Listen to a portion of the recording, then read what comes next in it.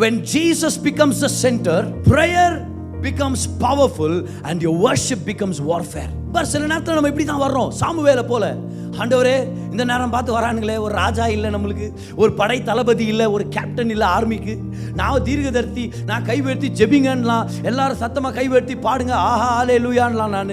ஆனால் இந்த ஜனங்க, இத்தனை பெரிய ஜனங்க வர்றாங்களே, என்ன செய்யறது? ஆனால் சாமுவேல் கவலைப்படல, இஸ்ரவேல் ஜனங்களும் கவலைப்படல. அவங்களுக்கு ஒரு விஷயம் மட்டும் தெரியும், ஜெபிக்கிற மனிதர்கள் பெரிய சேனையை விட வல்லமையான ஜனங்க. ஜெபம்ன்றது உலகத்தில் மிகப்பெரிய ஆயுதம். சாமுவேல் ஐயா என்ன செய்யறது? நான் கை உயர்த்தி துதிக்கிறேன், இன்னும் என்ன செய்யறது? இன்னும் கை உயர்த்துன்றார், இன்னும் கை உயர்த்து, சத்தங்களை உயர்த்து, வா ஆட்டுக்குட்டியானவரை உயர்த்தலாம், ஆட்டுக்குட்டியானவர் இயேசு கிறிஸ்து அடையாளம், வா ஆட்டுக்குட்டி அர்ப்பணிச்சு கர்த்தரை ஆராதிக்கலாம். Your worship only needs to go to the next level. When Jesus is the center, your prayer becomes powerful and your worship becomes warfare.